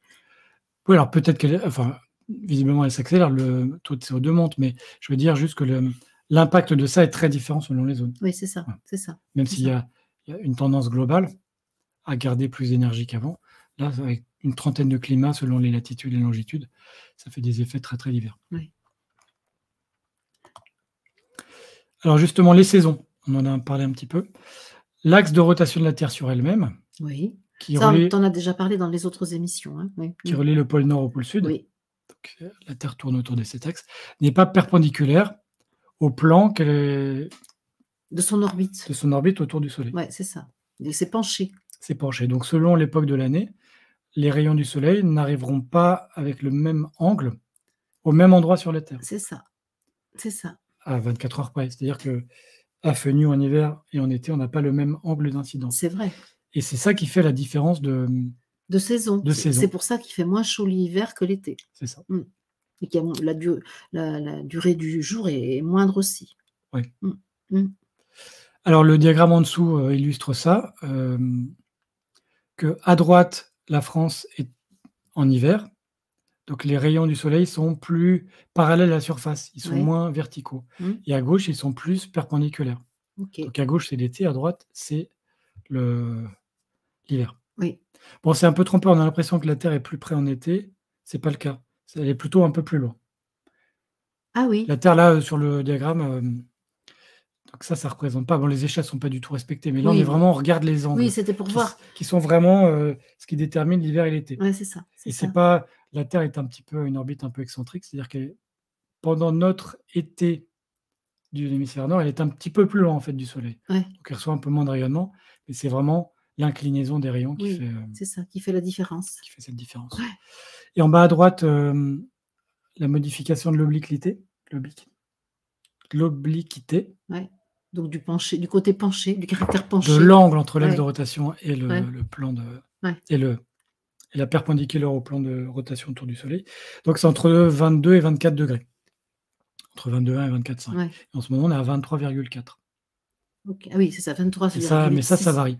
23,6, 26 minutes ou en décimale. 23 degrés, 26 minutes ou 23,4 en décimale, absolument. Et les cycles de Milankovitch, ça j'en ai parlé, je le remets ici parce qu'on est sur le climat. Ouais. Donc si on regarde la modification d'excentricité de l'orbite de la Terre, cette excentricité varie. L'obliquité, donc l'angle Oui. que fait la Côté Terre avec penché, le caractère et penché, la précession des équinoxes. dont tu as déjà parlé lors de la deuxième émission sur la La Terre. première, oui. Première émission Si sur on la regarde Terre. ça, on regarde également le solar forcing, c'est-à-dire la différence entre le rayonnement reçu et le rayonnement réémis. On ajoute ça et on a une explication assez bonne des étapes de des glaciation. paléoclimats, des étapes de glaciation, c'est-à-dire on est sur 1 million d'années. À gauche, c'est maintenant, et à droite, on va vers le passé. C'est en fait le résultat, la ligne du bas en gris, est la synthèse de toutes les influences qui interviennent. C'est ça. Donc en première approximation, les cycles de Milankovitch permettent d'expliquer c'est ça. Ce qu'on appelle les paléoclimats. Une révision très utile. Pour ceux qui n'auraient pas vu la première émission. Voilà. Ou qui auraient oublié. Peut-être. On ne sait jamais, ceux qui n'ont pas tout retenu du premier coup. Comme moi, par exemple. Mais ça, je me rappelle. La théorie du chaos. On va faire une petite excursion mathématique également. Qu'est-ce que la théorie du chaos? La théorie du chaos, c'est une discipline... Au niveau géologique et terrestre, hein, parce qu'il y en a plein des... Oui, alors là, on est sur la théorie, la discipline mathématique, et puis après, on va voir comment ça se traduit. Donc là, c'est la discipline qui étudie le comportement des systèmes qu'on va qualifier de sensibles aux conditions initiales. C'est-à-dire que des systèmes qui vont connaître des évolutions très différentes à partir de conditions initiales très proches. C'est-à-dire que si vous partez de 2 états très proches, vous pourrez obtenir des états finaux très, très différents. D'accord. C'est ça, un système chaotique. D'accord, c'est-à-dire qu'effectivement, il y a une valeur prédictive assez faible sur la manière dont les choses vont se comporter. C'est ça. Donc, c'est difficile de prédire à long terme. Oui, c'est ça. D'accord. Donc, bien que déterministes, ces systèmes sont imprévisibles. Déterministes, c'est-à-dire on sait où ils vont. Enfin, on connaît leur loi d'évolution. Oui, c'est ça. On connaît leur loi d'évolution, mais c'est très difficile à prédire parce que le comportement est très sensible aux conditions initiales. Et comme on ne peut pas connaître les conditions initiales avec une précision infinie, il y a une imprécision au début qui finit en une grande imprécision à la fin. D'accord. Et Philippe Guimand, dans le livre La physique de la conscience, dit que la différence de conditions initiales peut même provenir de l'échelle quantique. Je ne comprends pas ce que ça veut dire, mais... C'est-à-dire que 2 systèmes qui peuvent être en apparence exactement identiques, comme au niveau quantique, ils ne seront jamais identiques, en fait, ne sont pas vraiment identiques. Et vont connaître... L'apparence est identique, mais la réalité... S'ils sont soumis à la théorie du chaos, vont connaître des évolutions très différentes, même s'ils sont vraiment apparemment identiques. D'apparence semblable, d'accord. D'accord. C'est-à-dire qu'ils changent d'échelle pour la nature des différences de conditions initiales. Au début, c'est des conditions initiales macroscopiques. C'est un tout petit peu décalé, donc ça va. Et lui dit que même au niveau quantique, si c'est pas tout à fait exactement pareil, et ça ne peut pas l'être, alors nécessairement, ça va connaître une évolution très différente. D'accord. Les trajectoires vont différer. Oui. D'accord. D'accord. C'est ce qu'on appelle le chaos déterministe. OK. Qui semble une expression paradoxale. Oui. Parce que déterministe, ça veut dire que c'est déterminé à l'avance, tandis que chaos, ça veut dire que c'est... C'est-à-dire qu'on peut prévoir de proche en proche. Déterministe, c'est-à-dire qu'on connaît les lois d'évolution du système. Oui. Mais juste que comme on ne connaît pas les paramètres d'entrée à mettre dans les équations, enfin pas parfaitement, alors au bout d'un certain temps, on peut avoir une solution qui est très différente de la vraie, parce qu'on s'est éloigné petit à petit du système initial. L'attracteur de Lorentz. On l'a déjà vu, Lorentz? Oui, mais c'est pas le même. Ah bon, parce que moi je connais Konrad Lorenz, celui qui vole avec les oies, mais c'est pas celui-là. Éthologue. Il y a aussi, je ne connais pas son nom, mais Lorentz, les équations de Lorentz, transformation de Lorentz, oui, tu en as parlé de ça. relativité restreinte. Et là, c'est Lorentz, le météorologue. Ah, d'accord. C'est un nom assez courant, donc c'est pas le même, c'est un troisième. Oh, d'accord. Il y a plein de Lorentz parmi les scientifiques. Voilà, un dessin, une représentation de ce qu'on appelle l'attracteur de Lorentz. Très joli dessin, on dirait un papillon, une hémiscate un peu déformée. Exactement. Ce sont des solutions chaotiques au système de Lorentz, qui est en gros, c'est la modélisation de la convection atmosphérique. Voilà. Je vous épargne absolument les équations différentielles qui vont avec. Merci, Julien. Donc, il a fait tout un ensemble d'équations différentielles pour décrire l'atmosphère. Il s'est rendu compte que c'est chaotique. Et dans certains cas, la solution ressemble à un attracteur de Lorentz, ressemble à ça. Okay. Donc ça, quand vous tapez théorie du chaos, vous verrez absolument souvent cette forme. On va détailler un petit peu après. La sensibilité aux conditions initiales est mise en évidence par Poincaré. Là, pour le coup, c'est le même. Le Henri? Non, le Raymond. Raymond. Ah ouais, je les confonds tout le temps. Des physiciens. Ouais, des physiciens, oui. En 1900. Et ça veut dire qu'une très petite erreur sur la connaissance de l'état initial d'un système va rapidement Eh ben oui. On dit exponentiellement Eh s'amplifie. ben oui. Et une exponentielle, elle a une échelle de temps. C'est-à-dire tous les combien de temps on double ou tous les Oui, combien de temps on oui. divise par 2. Et donc cette échelle de temps de l'exponentielle, c'est la durée caractéristique de notre horizon prédictif. C'est-à-dire qu'en gros, pendant combien de temps je vais pouvoir faire des prévisions qui sont à peu Oui. près Fiable. fiables. Oui. Exactement. Et c'est ce qu'on appelle l'horizon de Lyapunov. Ça doit être un russe, lui. Oui, j'ai oublié de vous dire, mais dans l'émission sur les fractales, celle d'avant, il y a Oui. une fractale de Lyapunov. Ah oui. Celle en jaune, là, D'accord. il a fait aussi ça. Et ce qu'on appelle l'horizon prédictif. Lui, il a introduit cette notion. D'accord. Et l'horizon de Lyapunov du système solaire, c'est 50 millions d'années. Ça va, on a de la marge. C'est-à-dire qu'on ne peut pas prévoir au-delà de 50 millions d'années. Ça ne veut pas dire que dans 50 millions d'années, le système solaire va se mettre, Non, les non, non, planètes non, vont on a compris. sortir de En leurs fait, orbites. Mais simplement, au-delà de 50 milliards d'années, nos prévisions ne seraient pas fiables, comme au-delà d'une semaine, les prévisions météo ne sont pas fiables. nous y venons. Ah bon? Exactement. C'est pour ça que j'ai C'est mon introduit intuition. la théorie du chaos. Ah d'accord. Exemple très classique du double pendule. C'est quoi ça? Le double pendule, donc un pendule, c'est vous mettez un objet au bout d'une corde, Oui, et là vous mettez, vous prenez un jouet pour enfants, là, les mécanos, oui, tu vois? Et vous mettez un deuxième mécano au bout, oui. et vous accrochez le premier en haut et vous Ouais, OK. faites, Ça fait aussi un pendule, ça? oui, ça fait une oscillation, mais un double pendule. C'est-à-dire qu'il y a un D'accord. coude au milieu. Oui, Et ça, d'accord. c'est un système absolument chaotique. Ah bon, tu peux pas prévoir, la Non, trajectoire du deuxième objet? non. Tu peux la prévoir, c'est Mais chaotique, c'est-à-dire tu peux la prévoir si tu connais les conditions initiales. oui, Mais là, on va dire que le comportement est parfaitement déterministe. Ce sont les lois de Newton oui, qui sont, quand oui, même bien connues. oui. Mais par contre, c'est imprédictible parce que la sensibilité aux conditions initiales provoque une divergence très rapide. Alors là, j'ai 4 images, je vais illustrer. J'adore la phrase. Je vais illustrer. Mmh. À gauche, on en a, on va dire, on en a une dizaine de pendules. Oui. Sauf qu'à gauche, ils ont une différence initiale de 0,1 degré. Tu veux dire la deuxième image, Non, la première, la on en a première? 10. Oui, Ils oui. sont tellement proches qu'on ne voit pas qu'ils sont un petit peu décalés, en fait. Ah d'accord, d'accord. Vous laissez faire un petit peu, quelques instants après, vous avez la deuxième image. Ah oui. Là, ça commence à diverger. La troisième image en haut, L'éventail s'agrandit. ça agrandit, et la quatrième image en bas, C'est le un peu plus loin. bazar. C'est absolument, c'est plus du tout corrélé.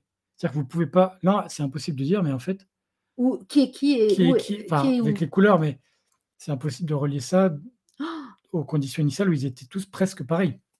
c'est fou Ils sont ça. partis de conditions très proches, voire infiniment proches, D'accord. et ils vont évoluer de façon, infiniment C'est divergente. totalement anarchique. Alors anarchique, non, non, parce que on pourrait écrire les équations de chacun si on les connaissait de D'accord. façon suffisamment précise. D'accord. Chacun, ils sont tous régis par les lois de Newton. Sauf que comme ils ne sont pas partis tout à fait du même endroit Ah ouais, c'est et que les ça. différences s'amplifient, C'est le point de départ qui fait que la trajectoire, va différer. différaient énormément. Bah oui, c'est ce que je Parce vois. que si tu prends 2 points de départ, tu lâches 2 billes depuis un plan incliné, Oui, avec une demi-seconde de différence, tu vois qu'elles vont suivre à peu près le même trajet. oui. Alors que là, si tu les Avec lâches la avec même une demi-seconde de différence, ouais. au bout de 10 secondes ou 1 minute, et ça n'a plus rien à voir l'un avec l'autre. C'est ça chaotique. Tous les systèmes sont dépendants aux conditions initiales. Ouais. Mais là, c'est très dépendant. Et dire que 2 conditions initiales infiniment proches peuvent donner des évolutions très différentes. OK. C'est ça l'essence même du Ça, chaos. vraiment, il faudrait que je m'intéresse à ça de plus près pour comprendre, l'analogie avec, la condition humaine. Ouais, et le chaos, tu dis que c'est anarchique. Là, c'est un chaos déterministe. Chacun suit Ouais, les lois de Newton. c'est ça. C'est-à-dire au contraire, il est même obéissant à la loi de Newton. C'est pas Mais du comme il est parti juste un tout petit peu différemment de son voisin et ils ouais, suivent des trajectoires. ouais. C'est, je veux dire, OK. 2 amis d'enfance qui sont à l'école, Mmh. ils sont dans la même classe, ils sont, amis en Ouais. maternelle, et puis après, il y en a un qui va dans une 6e et dans l'autre, ils changent de lycée et puis ils Ouais, vont sur des c'est trajectoires, ça. alors qu'ils sont partis Du même point de de point de départ, départ à qui peu pourrait près. paraître très après il y a les parents et cetera, c'est Ouais, une analogie, mais ouais, ils sont très près au départ, ils sont potes de classe, ils sont ouais, cotés ouais. en C'est la vie est un long au fleuve primaire. tranquille. Ils naissent dans la Oui, dans la c'est même ça, maternité. c'est ça, et ils ont des OK. évolutions très Ah différentes. oui, c'est ça. Et pourtant, ils sont mis dans Mais le bon, on peut pas dire que deux êtres humains ont des conditions initiales infiniment proches. On même pourrait des dire ça de jumeaux. 2 jumeaux Et encore, et encore, ils sont pas le même corps. oui, voilà, mais donc c'est bien, c'est pas anarchique. C'est ça, C'est déterministe. c'est intéressant parce que alors sur un plan spirituel, on vient tous de la même essence divine, mais on prend tous une forme différente. Et vu de très très loin, on pourrait dire que c'est le même point de départ, mais c'est pas vrai, il y a toujours des différences. Et donc ça donne effectivement Un éventail, une multitude de trajectoires. ça donne ça, la théorie du double pendule, là, Oui. avec la théorie du chaos. Et je vous ai mis la vidéo, ça c'est des captures d'écran d'une vidéo, mais vous avez tout, c'est filmé sur 30 secondes, enfin filmé, simulé sur 30 secondes. Ouais, c'est une simulation, c'est Oui, fait oui, par oui. la machine. Mais après, il y a des images aussi, ils le font avec 2 pendules, en expérimentation. Ouais. Et on voit aussi sur un vrai pendule. Ça marche. Bah oui, c'est-à-dire que c'est modélisé et C'est modélisé et c'est constaté réalisé dans la matière. Oui, absolument. D'accord, d'accord. Alors, Ah! la fameuse Le métaphore. le battement d'ailes du papillon qui provoque un cyclone à l'autre bout du monde. Exactement. Ah, on connaît l'affaire. Est-ce que c'est vrai ça? Alors, on va voir que c'est un peu plus subtil que ça, mais photo d'un des plus grands papillons du monde. Attacus atlas. Fait à peu près 20 cm d'envergure. Ouais, mais moi j'en ai eu à la maison des papillons très très grands aussi, des papillons de nuit là qui sont très beaux avec des yeux, enfin pas des yeux, mais des couleurs bleues là, magnifiques. C'est donc Edward Lorenz. En 1963. L'homme de la météo. Oui, c'est ça, de l'instructeur de Lorenz. Ouais. Il met en évidence le caractère chaotique de la météo. Ouais. C'était pressenti par Poincaré. Poincaré a lui mis en évidence la sensibilité aux conditions initiales. Ouais. Et il avait sans doute pressenti que ça marchait pour la météo. Mais c'est Lorenz, 60 ans après. D'accord. Et Lorenz donne une conférence dont le nom a fait date, dont le nom est resté, Prédictibilité, le battement d'aile d'un papillon au Brésil provoque-t-il une tornade au Texas? Donc, et ça, c'était déjà en 1963. Ça, c'est le nom de sa conférence, oui, en 65. Dans les années 70, on va dire. 60-70, oui, d'accord. Ouais, il est inspiré, le bonhomme. Inspiré. Oui, il avait assez bien compris ce qu'est le chaos déterministe. Oui, c'est ça.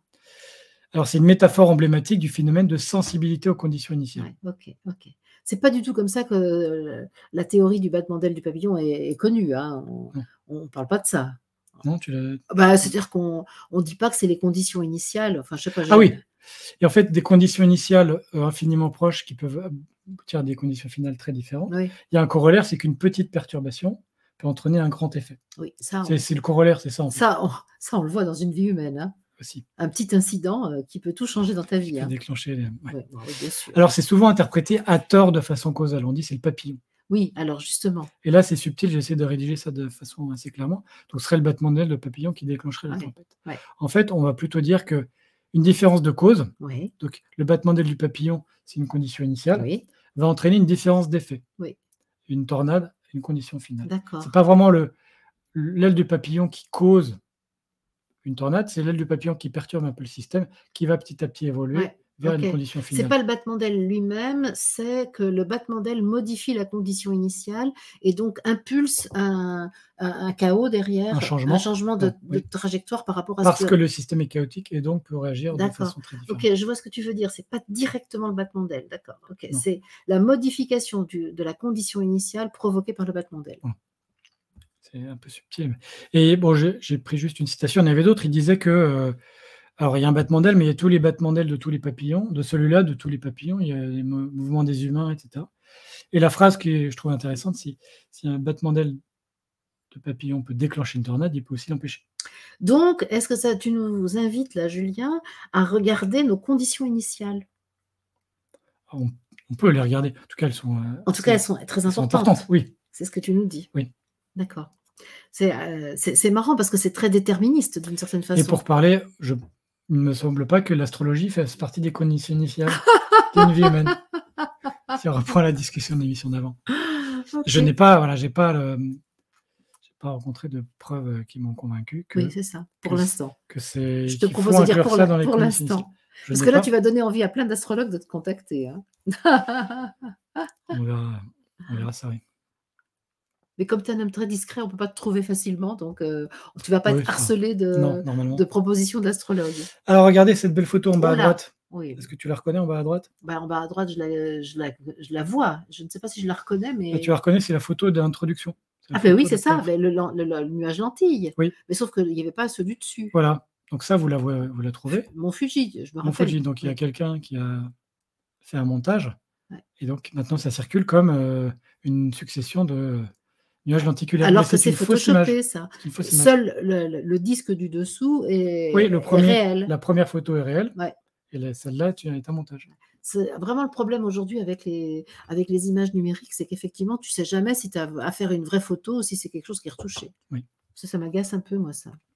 Alors, en haut, par contre, vous avez le Morning Glory Cloud, qui sont des nuages cylindriques. Ah Ça, oui, ce sont des vrais nuages. d'accord. C'est pas des chemtrails. Non. Ce sont des nuages qui prennent la forme de rouleaux et qui Ouais. avancent. On dirait des rouleaux de vagues, hein, Oui, ouais. qui sont pris d'avions au-dessus de l'Australie, Ouais. du Queensland. D'accord. Alors, météorologie, ça vient du grec météoros, qui est au-dessus de la Terre, Ouais. et logia, le discours, la connaissance. Oui, ça, d'accord.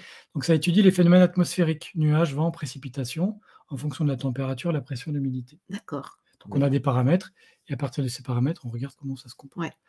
Il y a beaucoup de disciplines qui sont appelées, notamment la mécanique des fluides, la thermodynamique et les mathématiques. Heureusement qu'on a vu tout ça dans les émissions précédentes. C'est ça. On comprend rien à la météo. Rien du tout. Rien du tout. Et les mathématiques, notamment les équations différentielles avec l'attracteur de Lorentz et beaucoup d'équations mathématiques derrière. Justement, comment est-ce qu'on fait des prévisions météo? Ah oui. Les données en entrée, ce qu'on rentre dans notre modèle, sont les conditions initiales. Les fameuses conditions initiales que le battement d'aile du papillon peut modifier. Voilà. Et elles sont récoltées par satellite à 90% ou au sol à 10%. Ouais. Mais on ne peut pas les connaître en chaque endroit, en tout temps. Ah oui. Donc on a un maillage. C'est ce que l'image est assez bien faite en haut à droite. On a un maillage de l'atmosphère par cube qui font entre 1 et 100 km de taille. D'accord. Donc le découpage vertical de l'atmosphère n'est pas le même que le découpage horizontal. C'est ce qu'on voit à droite, il y a un empilement.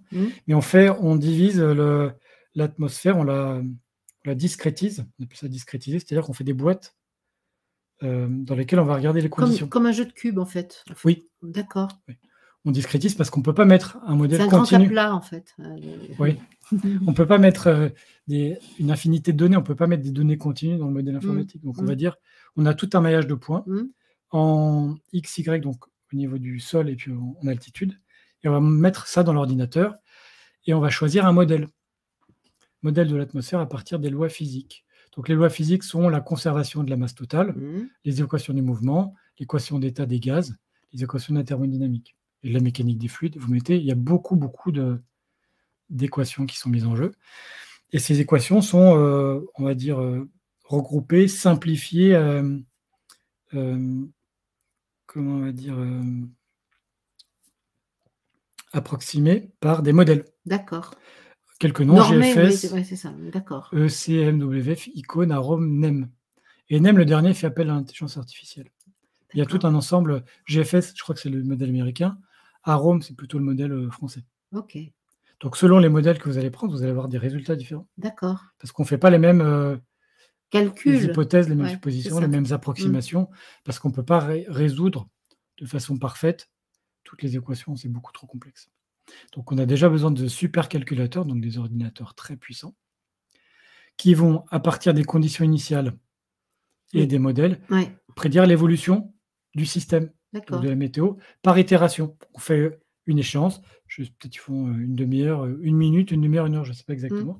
On calcule au bout d'une heure, et puis au bout de l'heure suivante, etc. Et puis de proche en proche, on va calculer sur une journée, une semaine. D'accord.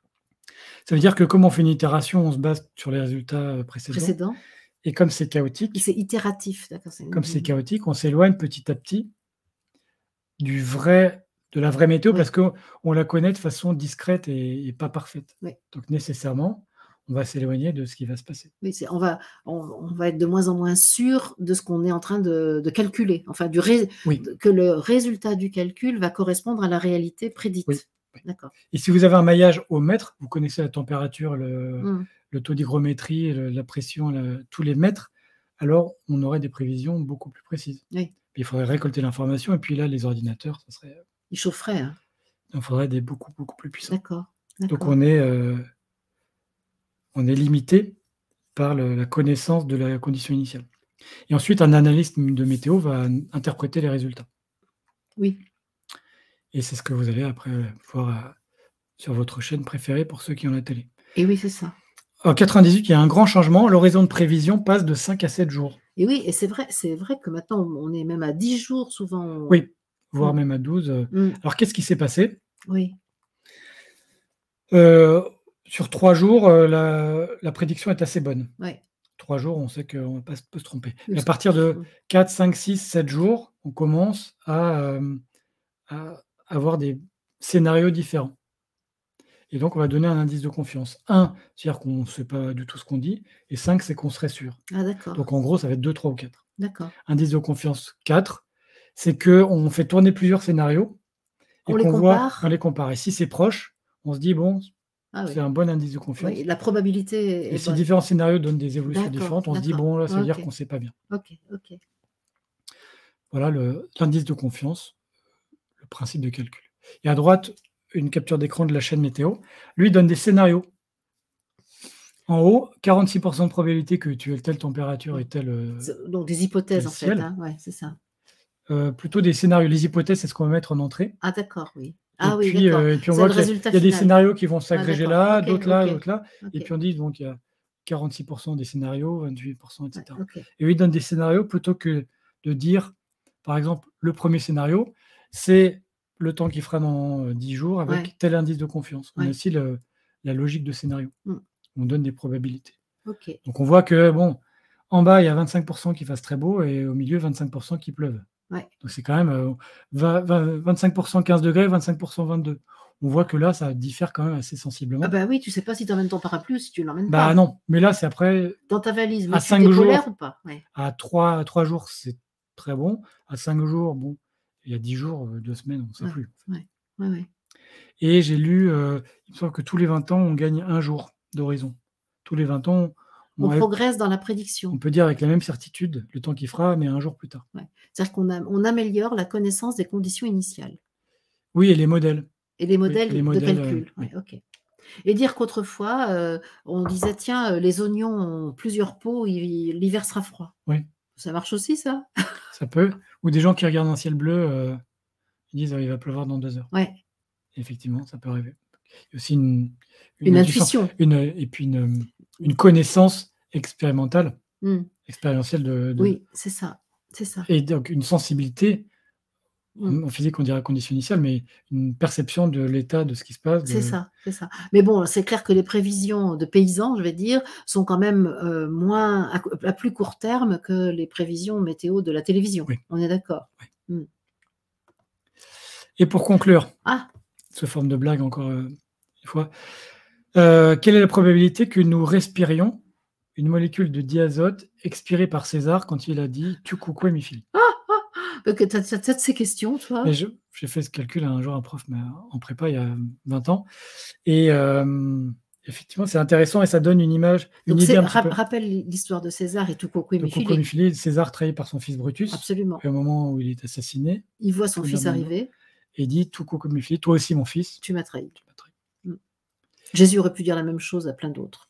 Oui. Mais bon, c'est On César, pourrait le faire il avec faut rendre Jésus. à César ce qui On pourrait le appartient faire à avec Jésus. César. Moi, mon prof de physique m'avait Oui, posé des oui. questions comme ça. On peut le faire avec, alors, dans une expiration, on va dire qu'il y a à peu près 2 litres d'air. Quand Tu respires. je souffle? Oui, les poumons, c'est 4 à 5 litres. Ah ouais, On dit on respire 1 ou 2 litres. d'accord. On est dans l'ordre de grandeur, hein, on va dire 2,2 litres. Ah d'accord, OK. 1 mol d'air, donc si tu te rappelles, le mol, c'est une unité fondamentale Ouais, qui contient 6 10 puissance 23 molécules. bah oui, 1 mol d'air, ça fait 22 litres. ouais. Donc 10 respirations. Donc 10 respirations. Donc dans une respiration, il y a 10 fois moins de molécules, donc ça fait 6 10 puissance 22.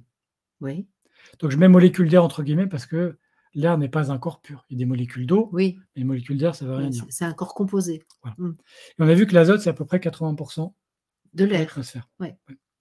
Donc 6 10 puissance 22 fois 80%, ça fait à peu près 4,8 10 puissance 22 molécules d'azote. Donc César, en C'est d'une mourant, poésie. Mmh. Quand il prononce sa quand il pose fameuse tout comme phrase. filet, a expiré à peu près 4,10 puissance 22 molécules d'azote. Ouais, Donc on suppose que ces molécules d'azote, en 2000 ans, se sont réparties uniformément dans l'atmosphère, donc ouais. elles sont un peu partout. Mmh. Donc la question maintenant, c'est quand je respire, quelle est la proba qu'il y en a une qui rentre, que Que j'inspire je l'attire. une molécule qui a été expirée par César. Donc je vais calculer maintenant au niveau de l'atmosphère. L'atmosphère, c'est 5 milliards de kilos. 5 10 puissance 18 kilos. Oui. Un litre d'air, c'est à peu près 1,3 gramme. J'adore ce genre de questions. Donc, retenez que l'air, c'est 800 fois moins dense que l'eau. C'est 800 fois moins lourd. Donc, le volume de l'atmosphère, on fait à peu près un ratio entre les deux, c'est 4 10 puissance 21 litres. Donc, on a 4,8 10 puissance 22 molécules expirées par César dans le 4 10 puissance 21 litres. Je fais le ratio des deux. Et tu obtiens la probabilité. Et je calcule que dans chaque litre de l'atmosphère autour de nous, il y a 12 molécules expirées par César. Ah ouais, quand même. C'est énorme. C'est énorme. Et ça donne justement une idée du nombre de molécules qu'il y a dans un litre d'air. C'est ça l'intérêt du calcul. C'est-à-dire que lui, il a expiré 2 litres d'air, et 2000 ans après, tout le monde en respire une dizaine ou une vingtaine à chaque fois qu'il prend une respiration. Mais est-ce que tu dis là, bon, moi je rigole de ta question, mais finalement je comprends, parce qu'on peut dire que l'information émise par César, par son souffle, par son expiration, est toujours présente dans l'atmosphère de la Terre. Je ne sais pas. De ce que je peux dire, c'est qu'une molécule qu'il a expirée entre dans mes poumons à chaque fois que je respire. Mais ce que tu dis, Julien, c'est merveilleux. Et si tu mets ça d'un dinosaure ou de je ne sais quoi... c'est-à-dire que tout être vivant qui a fait une expérience sur la Terre laisse de l'information de lui-même dans l'atmosphère de la Terre. En tout cas, a expiré des molécules qui seront respirées par absolument tous les autres. Oui, que moi j'appelle information. Information de soi. Tu es un dangereux révolutionnaire, toi. Non, c'est juste un simple calcul mathématique. Au dos d'une enveloppe, tu vois, il suffit de 3 chiffres, on divise. Et donc, chaque litre d'air de l'atmosphère terrestre contient 12 molécules. Voilà. Moi, ce que j'aime beaucoup, c'est que moi, je suis évidemment absolument incapable de comprendre le chemin par lequel tu es passé, mais par contre, j'aime ton point de départ et j'aime ton résultat. Et je te crois. En gros, si je résume, je calcule le nombre de molécules expirées par César, et je dis que ça s'est réparti dans toute l'atmosphère, et je regarde combien il en reste par litre. Ça, j'ai parfaitement compris la structure, mais par contre, le calcul, évidemment, je n'ai rien compris, mais ça, c'est normal. Chez moi, c'est normal.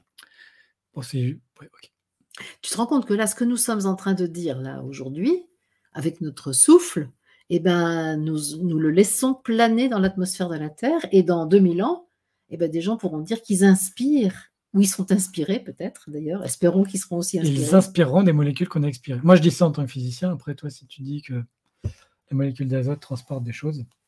Moi, je dis que de l'information, bien sûr. Je ne laisse pas indifférentes les molécules d'azote qui passent à travers moi. Qu'est-ce que tu crois, Julien? Enfin, quand même. Comment ai-je pu en douter? Il y a une petite hypothèse, c'est que les molécules d'azote ne sont pas transformées.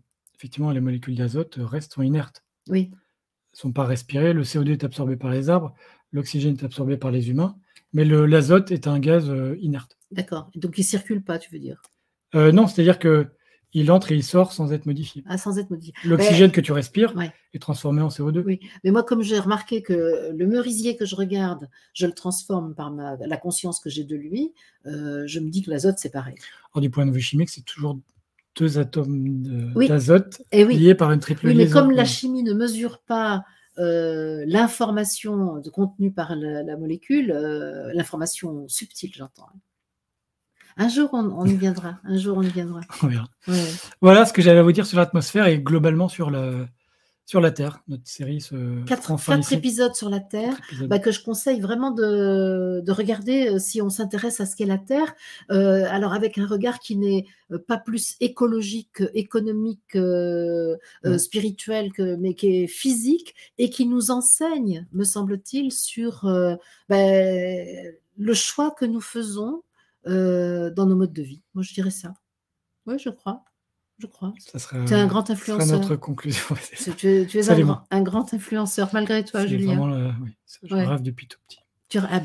Ça y est, je peux te dire que ton rêve est réalisé. Je te laisse super. officier. Ouais. Merci.